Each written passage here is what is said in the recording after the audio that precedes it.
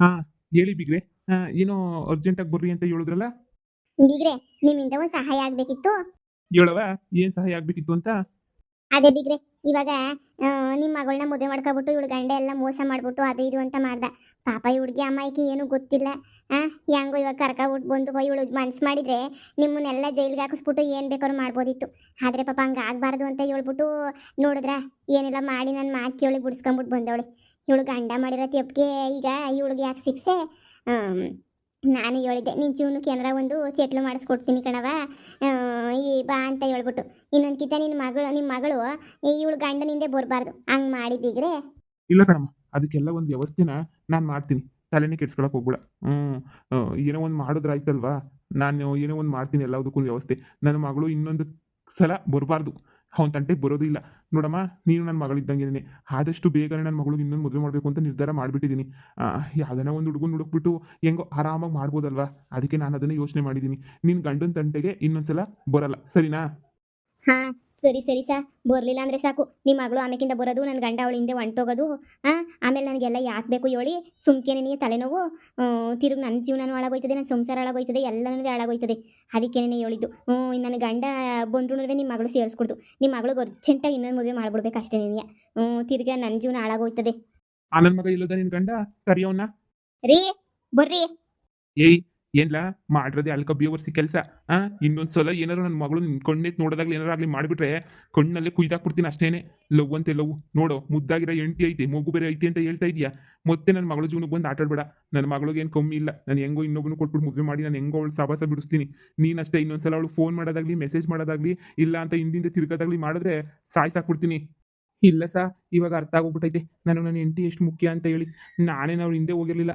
ನಾನು ಸುಮ್ಮನೆ ಆಫೀಸಾಗ ಕೆಲಸ ಮಾಡ್ತಿರ್ಬೇಕಾದ್ರೆ ನೀನು ಎಷ್ಟು ಚೆನ್ನಾಗಿದ್ಯಾ, ನೀನು ಅಂದ್ರೆ ನಂಗೆ ತುಂಬ ಇಷ್ಟ ಅಂತ ನಿಮ್ಮ ಮಗಳೇನೆ ನನ್ನ ಹಿಂದೆ ಬಂದಿದ್ದು. ನಾನು ಇರಲಿ ಬಿಡು, ಚಾನ್ಸು ಸಾವುಕಾರ ಹುಡುಗಿ ಅಲ್ವಾ ಅಂತ ಹೇಳ್ಬಿಟ್ಟು ಸುಮ್ಮನೆ ಹೋದೆ. ಅಷ್ಟಕ್ಕೆ ಮದುವೆಗಿದ್ವಿ ಅಂತ ಎಲ್ಲ ಮಾಡ್ಕೊಂಬಿಟ್ಟು ಏನೇನೋ ಆಗೋಗ್ಬಿಡ್ತು ನಂದು ತಪ್ಪಾಯಿತು. ಇನ್ನೊಂದ್ಸಲ ನಾನು ಯಾವತ್ತೂ ನಿಮ್ಮ ಮಗಳು ತಂಟೆಗೆ, ನಿಮ್ಮ ಮಗಳು ನನ್ನ ತಂಟೆಗೆ ಬಂದರೂ ನಾನು ನಿಮ್ಮ ಮಗಳು ತಂಟೆಗೆ ಹೋಗಲ್ಲ. ನನಗೆ ಅರ್ಥ ಆಯಿತು. ನನಗೆ ನಾನು ಇಷ್ಟಪಟ್ಟರೆ ಹುಡುಗಿ ನನ್ನ ಮಗುನೇ ಮುಖ್ಯ ಅಂತ. ಹಂಗೆ ಇರಬೇಕು, ಹಂಗೆ ಬಾ ದಾರಿಗೆ. ನೋಡಮ್ಮ, ನನ್ನ ಮಗಳಿಂದ ಯಾವ ತೊಂದರೆನೂ ಆಗಲ್ಲ. ನಿನ್ನ ಗಂಡನ ನೀನು ಅಡಕವಾಗಿ ಇಟ್ಟ ಸಾಕು. ನನ್ನ ಮಗಳನ್ನ ನಾನು ಹೆಂಗೋ ಇಟ್ಕೊಂತೀನಿ ಅಂತ. ಇನ್ನೊಂದ್ಸಲ ಇವ್ನ ಸಾವಾಸಕ್ಕೆ ಬರಲ್ಲ ನನ್ನ ಮಗಳು, ಹಂಗೆ ನೋಡ್ಕೊಂತೀನಿ. ಇನ್ನೇನು ಎಲ್ಲ ಇನ್ನೇನು ಬಗೆಹರಿತಲ್ಲ, ಇನ್ನೇನು ತೊಂದರೆ ಇಲ್ಲ. ಆಗಿದ್ದೆಲ್ಲ ಆಗೋಯ್ತು. ಲೋ, ಈಗಲೇ ಹೇಳ್ತಾ ಇದ್ದೀನಿ. ಬಂದ್ಬಿಟ್ಟು ನನ್ನ ಮಗಳಿಗೂ ನಿನಗೂ ಏನು ಸಂಬಂಧ ಇಲ್ಲ ಅಂತ ಹೇಳಿ ನೀಟಾಗಿ ಪತ್ರದಾಗ ಬರೆದ್ಬಿಟ್ಟು ಹೋಗು. ಸರಿ ಸರ್, ಆಯಿತು, ಬರ್ದು ಕೊಟ್ಬಿಡ್ತೀನಿ. ಲವ್, ಈಗಲೇ ಹೇಳ್ತಿರೋದು ಎರಡು ದೋಣಿ ಮೇಲೆ ಕಾಲಿ ಕುದ್ರೆ ಮುಗುರು ನೀರಿಗೆ ಬೀಳ್ತೀಯ. ಅರ್ಥ ಮಾಡ್ಕ. ಸುಮ್ಮನೆ ಅದು ಇದು ಅಂತ ಉತ್ತರ ಮಾಡ್ಕೊಂಡು ಹೋಗೋದಲ್ಲ ನೀನು. ಮುಗುರು ಸೊಂದಕ್ಕಿಂತ ಕೆಳಕ್ಕೇನೆ ನೀ ಬೀಳೋದು. ಲೋಪರ್ ನನ್ನ ಮಗನಿ, ಮುದ್ದಾದ ಹೆಂಡ್ತಿ ಮಗು ಎಲ್ಲ ಐತೆ. ಮೊದಲು ಸಂಸಾರ ಮಾಡಿಸ್ಕಲಿಲ್ಲ. ಹೋಗಿ ಅದನ್ನ ಒಂದು ಜಮೀನ ಗೇಮೆ ಮಾಡಿದ್ರು ಕಾಸು ಹುಟ್ಟಾಕಿಲ್ವಾ? ಒಂದಕ್ಕಿಂತ ಕೋಟ್ಯಾಧೀಶ್ವರ ಆಗ್ಬಿಡ್ಬೇಕಾ ನೀನು? ನೋಡು, ಕೋಟ್ಯಾಧೀಶ್ವರಕ್ಕೆ ಅವ್ರಿಗೆ 100 ಆಪ್ಷನ್ಗಳಿರ್ತವೆ. ನೀನು ಆಮೇಕಿಂದ ಅದು ಇದು ಅಂತ ಹೇಳ್ಬಿಟ್ಟು ಹಿಂಗೆ ಕುಂತ್ಕೋಬೇಡ ನೀನು. ಇಲ್ಲಕ್ಕ, ಅರ್ಥ ಆಯಿತು. ಇನ್ನೊಂದ್ಸಲ ಇಂಥ ಕೆಲಸ ಎಲ್ಲ ಮಾಡಲ್ಲ. ಲೇ, ನನ್ನ ತಪ್ಪಾಯಿತು, ನಿಜವಾಗೂ ತಪ್ಪಾಯಿತು. ನನ್ನ ಕ್ಷಮಿಸ್ಬಿಡು. ಬಿಡ್ರಿ, ಅಷ್ಟೊಂದು ವರ್ಷ ಇಷ್ಟಪಟ್ಬಿಟ್ಟು ಮದುವೆ ಮಾಡ್ಕೊಂಡಿದೀವಿ. ಹಂಗೆಲ್ಲ ನಾನು ಇದು ಬಿಟ್ಬಿಟ್ಟು ಹೋಗೋಕ್ಕಾಗ್ತೈತಾ? ಅದು ಬೇರೆ ಅಷ್ಟೊಂದು ಲವ್ ಮಾಡ್ಬಿಟ್ಟು ಇಷ್ಟಪಟ್ಟಿದ್ದೀನಿ ನಾನಂತೂ. ನಿಮ್ಮನ್ನಂತೂ ಬಿಡೋಕ್ಕಾಗಲ್ಲ. ಸರಿ, ನೀನು ಎಷ್ಟು ಇಷ್ಟಪಡ್ತೀಯ ಅಂತ ನನಗೂ ಅರ್ಥ ಆಗ್ತೈತೆ. ನಾನೇ ದಡ್ ಕೆಲಸ ಮಾಡಿಬಿಟ್ಟೆ. ನಿನ್ನ ಮೇಲೆ ಪ್ರೀತಿ ಇರಲಿಲ್ಲ ಅಂತ ಅಲ್ಲ ಕಣೆ. ನಾನು ಇನ್ನೂ ದುಡ್ಡೇನಾದರೂ ಸಂಪಾದನೆ ಮಾಡಿ ನಿನಗೂ ಕಳಿಸ್ಬಿಟ್ಟು ನಿನ್ನೂ ಚೆನ್ನಾಗಿ ನೋಡ್ಕೊಳ್ಳೋಣ, ಅವಳನ್ನೂ ಚೆನ್ನಾಗಿ ನೋಡ್ಕೊಳ್ಳೋಣ ಅಂತ ತಲೆನಾಗಿತ್ತು. ಆದರೆ ಏನೋ ಆಗೋಗ್ಬಿಟ್ಟು ಏನೇನೋ ಆಗೋಗ್ಬಿಡ್ತು. ನಾನು ಎಂದಾರ ಒಂದು ತಿಂಗಳಾದ್ರೂ ದುಡ್ಡು ಹಾಕೋದೇನಾದ್ರೂ ಕಡಿಮೆ ಮಾಡಿದ್ದೀನ? ನಿನಗೂ ಎಲ್ಲ ನೋಡ್ಬಿಟ್ಟು ಚೆನ್ನಾಗಿ ನೋಡ್ಕೊತಾ ಇದೆಯಲ್ವಾ? ನೀನಂದ್ರೂ ಪ್ರೀತಿ ಜಾಸ್ತಿ. ಆದರೆ ಅವ್ರ ಹತ್ರ ದುಡ್ಡಿತ್ತಲ್ವಾ ಆ ಹುಡುಗಿ ಹತ್ರ, ಅದಕ್ಕೇನೆ ಸ್ವಲ್ಪ ಹಂಗೂ ಹಿಂಗೂ ಮೈಂಡು ವಾಶ್ ಆಗೋಗ್ಬಿಟ್ಟಿತ್ತು ನನಗೆ. ಇವಾಗ ಅರ್ಥ ಆಯಿತು, ಪ್ರೀತಿನೇ ಮುಖ್ಯ ಅಂತ ಹೇಳಿ. ಸರಿ ಬಾ, ಕಷ್ಟನೋ ಸುಖನೋ ಏನೋ ನಾನು ನಿನ್ನನ್ನು ನೋಡ್ಕೊಂಡು ಸಾಕಂತೀನಿ. ಇನ್ನೊಂದ್ಸಲ ಯಾವತ್ತೂ ಇಂಥ ಮಣ್ಣು ತಿನ್ನೋ ಕೆಲಸ ನಾನು ಮಾಡಲ್ಲ. ನನ್ನಿಂದ ತಪ್ಪಾಗ್ಬಿಟ್ಟು ಕ್ಷಮಿಸ್ಬಿಡು. ಮಗ ಎಲ್ಲಿ?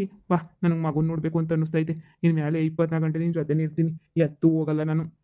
ಅಪ್ಪ ರೀ, ನಂಗೆ ಯಾವ ಕೋಟಿನೂ ಬೇಕಿಲ್ಲ, ನಂಗೆ ಯಾವ ದುಡ್ಡು ಬೇಕಿಲ್ಲ ರೀ. ತಿಂಗಳು 10-15 ಸಾವಿರ ರೂಪಾಯಿ ದುಡ್ಕೊಂಬಿಟ್ರು ಕೂಲಿ ನಾಲಿಗೆ ಹೋಗ್ಬಿಟ್ಟು ಅಷ್ಟೇ ಸಾಕು, ನಾವು ನೆಮ್ಮದಿಗಿರ್ಬೋದು. ಇದೇನೋ ಒಂಥರ ದುಡ್ಗಿನ ಪ್ರೀತಿ ಪ್ರೀತಿ ಮುಖ್ಯ ರೀ ನಮಗೆ. ಅಷ್ಟು ಪ್ರೀತಿ ಮಾಡ್ತಿದ್ದೀನಿ ನಿಮ್ಮನ್ನ.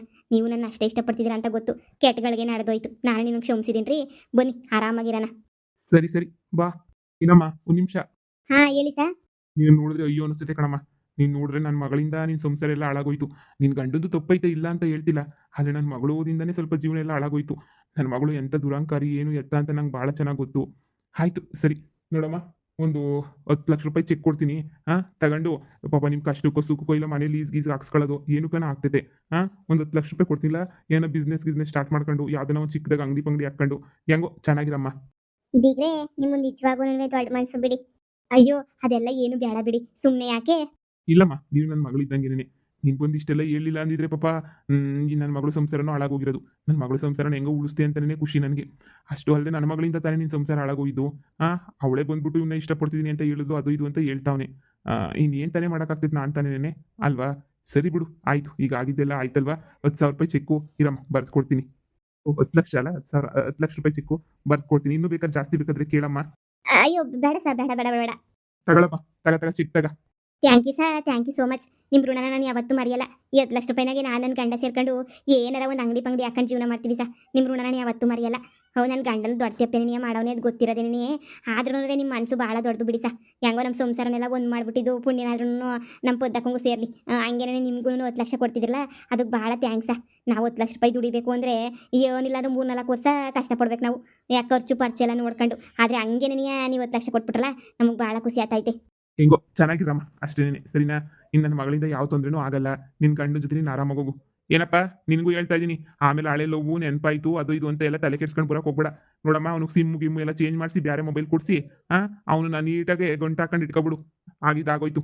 ಸರಿ ಸರ್, ಆಯಿತು. ಈಗಿನ ಕಾಲದಾಗೆ ನಿಮ್ಮಂಥ ಒಳ್ಳೆಯವ್ರು ಸಿಗೋದು ಭಾಳ ಕಷ್ಟನೇ. ಪರವಾಗಿಲ್ಲ ಕಣಮ್ಮ, ಪರವಾಗಿಲ್ಲ. ಪದಕ ನಿಜವಾಗೂ ಹೇಳ್ತೀನಲ್ಲ, ನಿಮ್ಮಂಥವ್ರು ಸಿಗೋದು ಭಾಳ ಕಷ್ಟ, ಅಪರೂಪ ಬಿಡಿ. ನನ್ನನ್ನು ಹುಡುಕಿ ನನ್ನನ್ನು ಕಂಡಿಡ್ದು ನನ್ನ ಮನೆಗೆ ಬಂದು ನನ್ನ ವಿಷಯ ಎಲ್ಲ ಹೇಳಿ ಮಾಡಿ ನನ್ನ ಸಂಸಾರ ಸರ್ ಮಾಡೋದಲ್ದೆ 10 ಲಕ್ಷ ರೂಪಾಯಿನೂ ಕೊಡ್ಸಿದ್ರಲ್ಲ. ನೀವು ದೇವತೆನೇ ಸರಿ ಬಿಡಿ. ನಿಮ್ಮಂಥ ಒಳ್ಳೆ ಮನ್ಸಿರೋ 100 ಕಾಲ ಬದುಕಬೇಕು. ನಮ್ಮಂಥ ಬಡವ್ರಿಗೆ ಆಶ್ರಯ ಆಗೋಗ್ಬಿಟ್ರಿ. ನನ್ನ ಗಂಡಂಗೂ ತಿಕ್ಳಿಡ್ದಿತ್ತು, ಹೆಂಗೋ ತಿಕ್ಳು ಸೊರೋಯ್ತಲ್ಲ ನನಗೆ, ಅಷ್ಟೇನೇ ಸಾಕು ರೀ. ಏನು ಮಾತಾ ನೋಡ್ತಿದ್ದೀರಾ? ನಡೀರಿ. ನೋಡಿ. ತಪ್ಪಾಯ್ತು ಸಾ ನಂದ್ರೂ. ಅಕ್ಕ, ತಪ್ಪಾಯ್ತು ನಂದ್ರೂ. ಏನೋ ಮಾಡೋಕ್ಕೋಗಿ ಏನೋ ಮಾಡ್ತಿನ ಕೆಲಸ ಮಾಡಿಬಿಟ್ಟೆ. ತಪ್ಪಾಯ್ತು. ಸರಿ ಬಾರಿ ಹೋಗೋಣ. ರೀ, ಇದ್ರಾಗ ನಾನು ಅಂಗಡಿ ದಿನಸಿ ಅಂಗಡಿ ಇಕ್ಬಿಡೋಣಲ್ವೇನ್ರಿ? 10 ಲಕ್ಷ ರೂಪಾಯಿನಾಗೆ ದಿನಸಿ ಅಂಗಡಿ ಇಕ್ಬಿಟ್ಟು ನೀವು ಅಂಗಡಿನಾಗೆ ಕುಂತಿರ್ರಿ ಬೈಕೋ. ನೀವು ಎಲ್ಲೂ ಹೋಗ್ಬಾರ್ದು. ನಮ್ಮ ಮನೆ ಪಕ್ಕನೇ ಅಂಗಡಿ ಮಾಡ್ಕೊಬಿಡೋಣ. ನೀವು ಎಲ್ಲೂ ಹೋಗಲ್ಲ, ನನ್ನ ಹತ್ರನೇ ಕಾಣಿಸ್ತಿರ್ತೀರಲ್ಲ, ಹಾಗೆ ಇಟ್ಕೊಬಿಡೋಣ. 10 ಲಕ್ಷ ರೂಪಾಯಿ ಸಿಕ್ಕೈ ದಿನಸಿ ಅಂಗಡಿನೇ ಇಕ್ಕದ್ ನಾನು. ಅಯ್ಯೋ ಸರಿ, ಮೊದಲು ಮನೆಗೆ ಹೋಗೋಣ ಬಾ. ನನಗೆ ಕ್ಷೇಮ ಆಯ್ತಾಯ್ತು ನಿಂತ್ಕೊಂಡು. ಎಂಥದ್ದವ್ರು ಇದ್ರು ಕೆಲಸ ಮಾಡ್ಬಿಟ್ನಲ್ಲ ನಾನು ಅಂತ ಹೇಳ್ಬಿಟ್ಟು ಇವಳಿಗೆ ಇಲ್ದಿರೋದೆಲ್ಲ ಮಾತಾಡ್ತಾಳೆ. ಬಾರೆ ಸರ್ನ ಬಾ. ಹಬ್ಬ ಸದ್ಯ ಎಲ್ಲ ಒಂದು ದೊಡ್ಡದಾಗಿ ಮಳೆ ಬಂದ್ಬಿಟ್ಟು ಒಂದು ಸೈಕ್ಲೋನ್ ಆಗ್ಬಿಟ್ಟು ಇಲ್ಲ ಭೂ ಕಂಪ ಆಗೋಗ್ಬಿಟ್ಟು ನಿಂತಂಗೆ ಆಗೋಯ್ತು. ಎಲ್ಲ ಹೆಂಗೆ ನಡೀತು ಅಂತಲೇ ಗೊತ್ತಾಗ್ತಿಲ್ಲ. ಸರಿ ಕಣಮ್ಮ, ಇನ್ನೇನು ಕತ್ಲಾಗ್ತಾ ಬಂತು, ಸಂಜೆನೂ ಆಯಿತು. ಈಗ ನನಗೂ ನನ್ನ ಫ್ರೆಂಡ್ ಒಬ್ಬ ಅವನು ಇಲ್ಲೇನೆ. ನನ್ನ ಫ್ರೆಂಡ್ ಮನೆಗೆ ಹೋಗ್ಬಿಟ್ಟು ಅವನನ್ನು ಮಾತಾಡ್ಸ್ಕೊಂಡು ನಾಳೆ ಬೆಳಿಗ್ಗೆ ಹೋಗೋಣ ಅಂತ ಅಂದ್ಕೊಂಡಿದ್ದೀನಿ. ಅಯ್ಯೋ ಅದಕ್ಕೇನು ಬೀಗ್ರೆ, ಆಯಿತು. ಅಯ್ಯೋ ನಾಳೆ ಬೆಳಿಗ್ಗೆ ಆದರೆ ಇನ್ನೂ ಒಂದು ವಾರ ಇದ್ಬಿಟ್ಟೆ ಹೋಗಿ. ಇವತ್ತು ನಿಮಗೆ ಅಂತ ಹೇಳ್ಬಿಟ್ಟು ಬಿಸಿ ಬಿಸಿಗೆ ಯಾರು ಮಾಡ್ತೀನಿ. ಬೇಡಮ್ಮ, ಬೇಡ. ನನ್ನ ಸ್ನೇಹಿತನ ಮನೆಗೆ ತಿಂದುಬಿಟ್ಟು ಬರ್ತೀನಿ. ಆದರೆ ಇಲ್ಲಿಗೇನೆ ಸರಿನಾ? ನನಗೆ ಫೋನ್ ಮೇಲೆ ಫೋನ್ ಮಾಡ್ತಿದ್ದ ಹಳೇ ಫ್ರೆಂಡು. ಸರಿ ಬೀಗ್ರೆ, ಹಂಗೆ ಆಯಿತು. ಹುಷಾರಾಗಿ ಹೋಗ್ಬಿಟ್ಟು ಹುಷಾರಾಗಿ ಬರ್ರಿ.